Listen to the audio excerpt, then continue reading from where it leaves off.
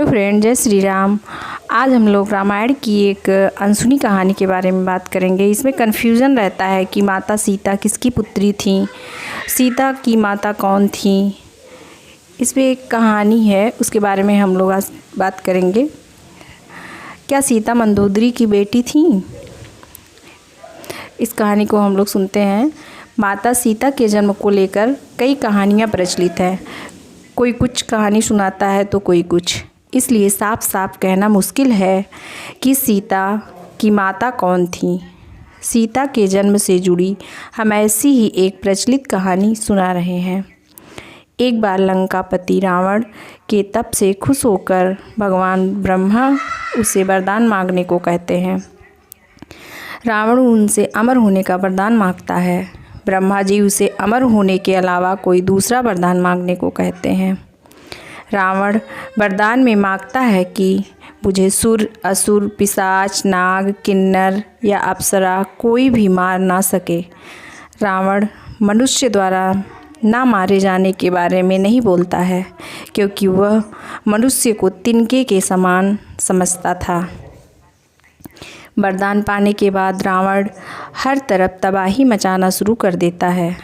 एक दिन वह दंडकारण्य नामक जगह पहुंचता है, जहां ऋषि मुनियों का निवास था।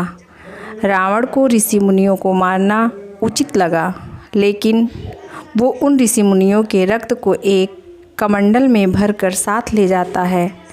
वह कमंडल गृत्समद ऋषि का था, जो पुत्री की लालसा में माता लक्ष्मी से प्रार्थना करते थे कि वह उनके घर पुत्री के रूप में जन्म लें।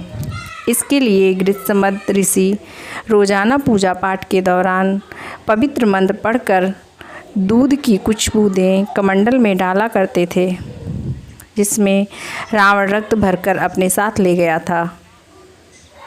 रावण कमंडल को लंका ले गया और वह पहुंचकर कमंडल अपनी पत्नी मंदोदरी को देकर कहता है, यह विषैले रक्त से भरा है, इसे संभाल कर रखना और किसी को मत देना।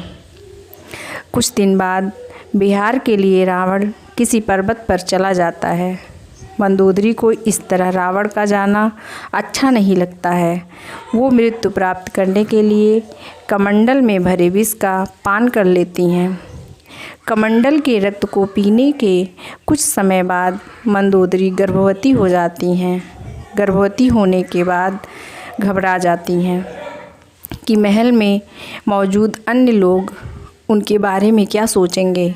फिर मंदोदरी तीर्थ यात्रा का नाम लेकर कुरुक्षेत्र चली जाती हैं। वहाँ मंदोदरी एक बच्ची को जन्म देती हैं, लेकिन लोकलाज के चलते वह उसे एक कलश में भरकर ज़मीन में दफना देती हैं। कुछ दिनों बाद राजा जनक भी कुरुक्षेत्र जाते हैं।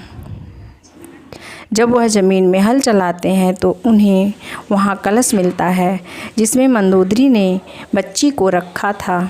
बच्ची को कलश से निकालते ही आसमान से फूलों की वर्षा होने लगती है और साथ में आकाशवाणी भी होती है। आकाशवाणी में राजा जनक द्वारा उस कन्या के लालन पालन की बात कही जाती है।